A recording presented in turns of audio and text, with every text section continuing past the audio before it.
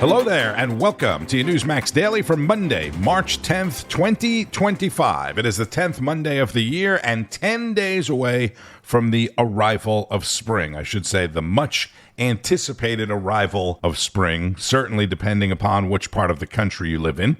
It is also the 6th day of Lent for Christians around the world. Hope you had a great weekend doing whatever it is you love to do on the weekends. President Trump arrived back at the White House last night after spending his weekend at Mar-a-Lago again, which had another airspace breach this weekend. Fighter jets had to intercept a civilian aircraft that violated temporary restrictions around the Palm Beach estate. And I want to talk about this for a moment before we get into anything else, before I get too far along, because this is potentially a much more serious thing than the coverage that it's getting, which is almost none outside of local news in South Florida. Oh, someone flying around, some rich person flying their plane, meandering into the restricted airspace. Probably, maybe, but this is the 20th time fighter jets had to intercept aircraft in the restricted space around Mar-a-Lago since the president took office. And it's only restricted when the president is there. So 20 times in those times that he's there. I used to live in West Palm Beach, right across the intercoastal from the island of Palm Beach. Mar-a-Lago is maybe 3 miles from Palm Beach International Airport, where they house Air Force One while the president is in town, as I mentioned last week. It's an international airport. It's fairly busy. Last Monday, a week ago, when I talked about last weekend's airspace breach, I said Mar-a-Lago is basically in the flight pattern of the airport. Kind of giving it an explanation. It's also close to a regional airport, which I thought more about this weekend, and stay with me on this for a moment. The Lantana Airport is right outside of West Palm Beach. A lot of rich people keep their private planes and helicopters there. It's close to the ocean, and the flight path is relatively close to Mar-a-Lago as well. Planes take off from Palm Beach International Airport. They go right out over the ocean. Planes coming in over the ocean, same thing at the Lantana Regional Airport. You could take off there, and within a matter of minutes, you're flying over Mar-a-Lago. They also give flying lessons there at the Lantana Regional Airport. It's a little inconspicuous airport where Mohammed Atta, does that name ring a bell? And some of the other 9/11 terrorists learned to fly. Think about it. The threats against President Trump from Iran, the head of the snake for all terror organizations, or just about all terror organizations, were so substantiated that a couple of weeks ago they had a decoy motorcade in place while they moved President Trump around in a different vehicle. And we now have 20 airspace breaches around his home, minutes away from the inconspicuous little airport where terrorists trained. An airport whose flight pattern essentially goes right over or very close to Mar-a-Lago. Am I exaggerating? Maybe. Could it be something? Maybe. Think about it, pay attention to it, and hopefully the right people are paying attention to it as well. So on his way back to Washington last night, the president spoke with reporters on Air Force One about this week's talks between the U.S. and Ukrainian officials in Saudi Arabia, and about the tariffs after a very disappointing week on the stock markets last week, which do not like uncertainty. They don't have the cards. Nobody really has the cards. Russia doesn't have the cards. They don't have. What you have to do is you have to make a deal. I think they will sign the minerals deal, but I want them to want peace. It's going to make our country rich again. We have many companies, as you know, auto companies are opening up plants now. And of course you hesitate. Who knows? All I know is this. We're going to take in hundreds of billions of dollars in tariffs, and we're going to become so rich, you're not going to know where to spend all that money. The stock markets opened in the red again this morning, and while the president was flying yesterday, Canada elected its new prime minister. Mark Carney will replace the outgoing Justin Trudeau. You remember he announced his resignation last month. Carney immediately spoke about the tariffs. He's attacking Canadian families, workers, and businesses, and we cannot let him succeed. And we won't. In trade, as in hockey, Canada will win. He said Canada will keep retaliatory tariffs in place until, quote, the Americans show us respect. This afternoon, President Trump is hosting a roundtable discussion with the Technology CEO Council. Then he is scheduled to sign more executive orders, and he'll hold a swearing-in ceremony for the new director of the Secret Service, Sean Curran, who was one of the first agents to respond to the attempted assassination of then presidential nominee Donald Trump in Butler, Pennsylvania, back in July. He had been the head of President Trump's detail. And one of the big stories throughout the weekend and on all the weekend talkers was the Trump administration canceling $400 million in funding to Columbia University, saying the school isn't and hasn't done enough to protect Jewish students amid a wave of anti-Semitism and anti-Israel protests.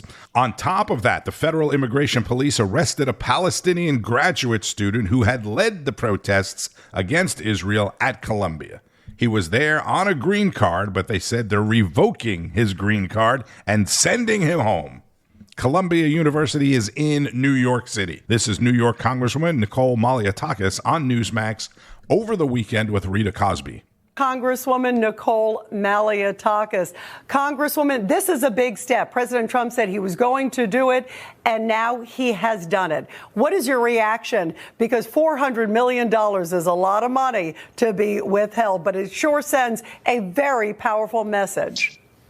I think it shocks most Americans that Columbia University was receiving that type of federal money. But we've been calling for accountability. We've been calling for consequences. Thank God President Trump is there, and we're seeing action being taken to rein in these institutions who have allowed anti-Semitism to take place on their campuses. No student should feel unsafe when they go to college, when they go to get an education. And this is an important step in the right direction. And it echoes my legislation that would actually give the Secretary of Education the ability to strip federal fundings from those institutions that do not hold student organizations or faculty accountable for anti-Semitic demonstrations. And we also need to see student visas be stripped from foreign students who participate in anti-Semitism. That's something President Trump has done by executive order. You know, you brought up a great point, because these foreign students, because the State Department, it came out, they did strip the visa. They said that they have deported one of the protesters. There's a lot more to go, but at least this sends a powerful message. That's another great tool.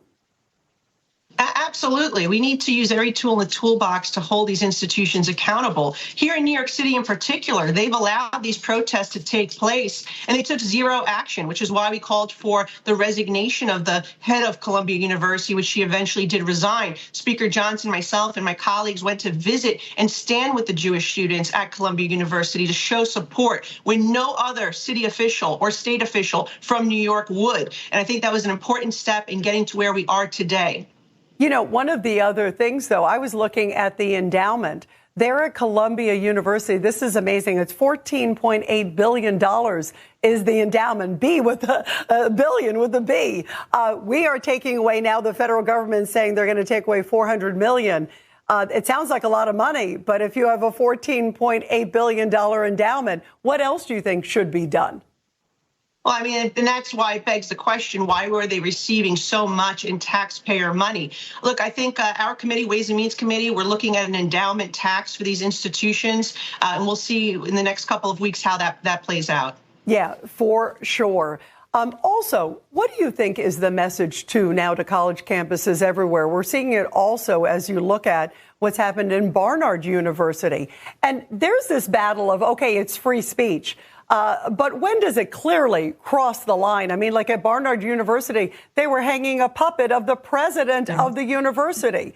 If you're burning a flag, if you're destroying property, there are things that go well beyond free speech. What do you say to those folks? Well, we met with students at these institutions, and they were telling us that there were swastikas painted on the grounds of the college. They were being bullied. They were being physically assaulted. So that's certainly crossing the line from free speech. That is anti-Semitism, and we can't turn a blind eye to it. I'm glad that President Trump has taken action here to rein them in. New York Republican Representative Nicole Malliotakis on Saturday Report with Rita Cosby. $400 million is only the beginning. Columbia, an Ivy League school that charges students around $70,000 a year in tuition and has billions of dollars, billions in its coffers from rich donors, also had commitments of $5 billion in federal grant money, that according to the Department of Education. Why are we giving billions of dollars to a public university that charges their students astronomical sums of money? Constitutional law expert and Harvard professor Alan Dershowitz actually worked with the Trump administration on fighting anti-Semitism on college campuses.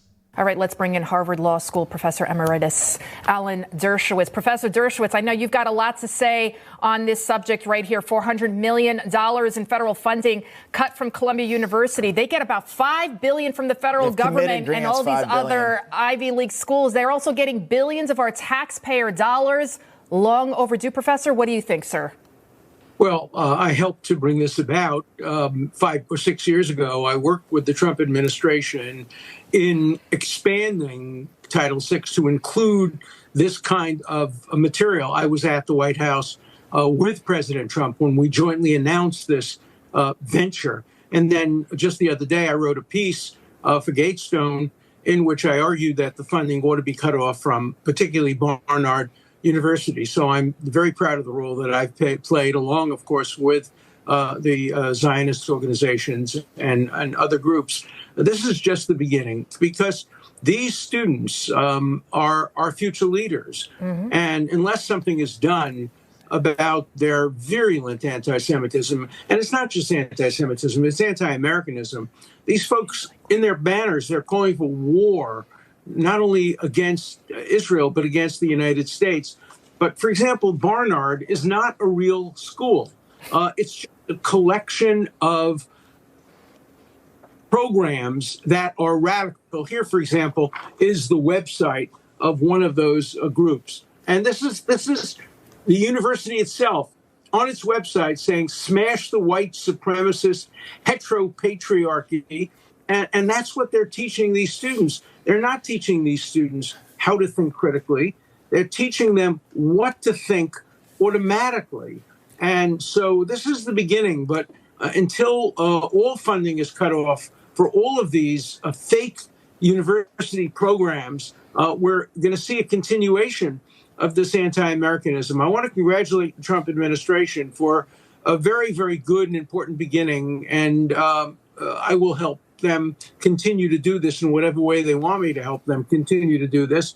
But this is just the beginning. It has to apply to all these fake departments, whether they be racially or gender-oriented departments. They do not teach academics. What they do is they are advocacy, radical, anti-American, anti-Semitic, anti-Zionist, anti-Israel, anti-Western democracy. So thank you, President Trump, for doing the right thing. In total agreement. That's really at the crux of it. It's just tear down the whole system, the whole American system that we have here. I'm sure there will be legal challenges to this, Professor. We got 20 seconds. Can Columbia challenge this? How does that work? There are no legal challenges. Okay. Nobody has the right to get taxpayer money. This is our money. Getting taxpayer money, you have to earn it. You have to show that you're doing something in the national interest. So I don't think there'll be successful lawsuits. Remember, none of this involves the First Amendment. This involves blocking students from coming to classes. It involves harassing students. It involves violent confrontations, occupying buildings, trespassing. None of that is covered by the First Amendment. One of the things I did back 5-6 years ago is to help draft the statute to make sure that Title VI doesn't impinge on legitimate First Amendment protests.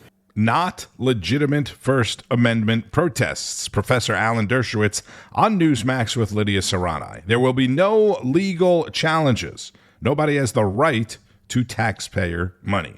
On Saturday, the university's interim president said the school is working to address, quote, the legitimate concerns of President Trump's administration, end quote. More from Rob Schmitt. Reports indicating many of the masked Hamas supporters are young white or Asian girls. 18, 19, 20-year-old Asian and white girls. Just completely drunk on radical anti-Semitic propaganda. And the irony is those paying the most for education, or let's say their parents paying the most for education, are often the most ignorant people in all of our society. Just because somebody goes to Harvard or Yale or Penn doesn't make them smart. A lot of these people are the stupidest people you've ever want to meet. Many pro-Hamasis are from very affluent families in the Northeast, as the New York Post reports right behind me. There are now pamphlets floating around Columbia University's campus claiming to be from Hamas media. They're making pamphlets claiming that they're from Hamas media. One saying the enemy will not see tomorrow. This is happening right in front of our faces. Pictures of terrorists on the pamphlets. Imagine seeing that at Columbia. And the campus, again, is doing virtually nothing. And the Trump administration is now working to correct their behavior, taking $400 million away from Columbia University just today, canceling grants and contracts totaling $400 million. That'll make a dent. Also today, Secretary of State Marco Rubio launching an AI-fueled catch and revoke effort to cancel the visas of foreign nationals who appear to support Hamas or other designated terror groups. So far, we can tell you one foreign student has already been kicked out of our country. We'd like to think many more will follow. The Trump White House taking on radical Islam in a very bold way. The message is clear. Enough is enough. We've all sat here and watched Europe basically committing suicide by importing mass quantities of Islam into once very peaceful countries, peaceful and beautiful countries with beautiful cultures. Their culture, their quality of life is being decimated. Go to Paris, go to a major city in Germany, check it out for yourself. The president also with a very big statement toward Iran today, which of course is the head of the radical Islam snake. Take a listen. There'll be some interesting days ahead. That's all I can tell you. You know, we're down to final strokes with Iran. We're down to the final moments. We're at final moments. You can't let them have a nuclear weapon. We have a situation with Iran that something's going to happen very soon. Hopefully we can have a peace deal. You know, I'm not speaking out of strength or weakness. I'm just saying I'd rather see a peace deal than the other. But the other will solve the problem. The other will solve the problem of who's funding all the terror in the Middle East. Iran has two options. Bleed out financially, which is what we did last time Trump was in the White House, cutting it all off, sanctions, everything, or get your head together, come to the table, stop funding terrorism, stop building nuclear weapons, and beg for mercy. Those are the options. Bad news for Iran. Biden is gone, and American foreign policy is once again intelligent. Rob Schmitt is the host of Rob Schmitt Tonight, 7 o'clock Eastern on Newsmax. Check it out tonight. And I've been talking about this for a few weeks now, but the Newsmax weekend lineup now includes former radio star Michael Savage, who really went deep on Islam on his show last night. Do you have nightmares? We all have nightmares occasionally, but our nightmares, to a certain extent, are triggered by what we have seen during the day, whether in real life, God forbid, or on television, movie theater, whatever, online. So you watch the news, it's a horror show, and you have nightmares. So that's why many people don't watch the news. Or whatever you expose yourself to, for example, you're going to have nightmares from it, one way or the other. But you see, the nightmares that are being conducted on the planet now by the Islamists, who are practicing the Book of Muhammad to its literal meaning, as the beheadings are going on in Syria by Muslims, or I'll use a polite word, Islamists. Okay. An Islamist is a Muslim who takes his religion very seriously and follows it to the letter of the law. Those who are here who don't do that, comma yet, are not yet able to do that, many of them, but would if they could. Oh, yeah, drive cars into people, into crowds, as happens in Germany now every week from the refugees that the scumbag liberals in Germany brought into Germany. 1 million Muslims are brought in from the Middle East. What did you think they were going to do to the good German? Run them over, shoot them, poison them, stab them, all in the name of their twisted minds. They take their Bible literally. It says, kill the infidel. If you see one cut his throat, run him over. Oh, yeah, you forgot 9/11 already. You forgot the airplanes crashing into the towers because Jake Tapper, Wolf Blitzer, Rachel Madcow, they don't let you see that stuff. It's only the white male that's the evil one on the planet. So if you have nightmares, it's probably related to what's going on in the world, and your subconscious knows it. The killing and beheading of Christians now in Syria, in Africa. And that wasn't even racial. It was black against black. But it was black Muslims cutting the heads off black Christians. There's a religious war going on now for 1,000 years. I've been trying to tell you about it book after book after book, decade after decade after decade. Some of you get it. Some of you don't. Trump gets it. He knows what's going on. He knows that there's a war for the survival of civilization itself. And it's a war of Islamists versus the world, one way or the other. Now, you could take that subtext of the Islamists and combine it with Marxism, communism, Leninism, and then you have the toxic cocktail of today. The great Michael Savage, now on Newsmax every Sunday night. And let's wrap it up on a positive note with the inspirational kid who likely, completely by no doing of his own, may have ended the Democrats' chance of ever winning anything. DJ Daniel. DJ, tell me about why you wanted to be in law enforcement and you know, where did that career trajectory, why were you so inspired by that? Well, the Hurricane Harvey, we was in the JRB. Me and my brothers were running around collected snacks and stuff like that. And then these 3 officers stopped us and brought us to our dad, and they asked him was we in trouble, and they said no, and they said it's just funny how we see them running around like collecting snacks like squirrels, and then they said we just don't know how this little one, my little brother, is just following them, and then they said can they take us upstairs for pizza. And so that was the moment that they'd helped you, so you want to give back and help others. Is that right? Yes, sir. DJ, I mean, you're quite the celebrity now. I understand that a lot of people have been asking to interview you. And what do you make of all of this? You're splashed all over newspapers, and you're quite famous now. How are you handling it all? Well, I just take one step at a time. One step at a time. And are you that's the key to this, is to take it one step at a time, obviously, on so many levels. But what's it like walking around with that uniform on, and are you already trying to patrol the streets, and and how are people receiving that? But I do have something to show you, though. What's that? Show it to. Oh, there it is. Is that the official one there? Yes, sir. Secret Service. That's honorary Secret Service agent, 13-year-old DJ Daniel, and his dad on Newsmax with John Glasgow. During President Trump's address to Congress last week, if you were watching, the new Secret Service director, Sean Curran, is the one who presented DJ the honorary Secret Service badge and the ID.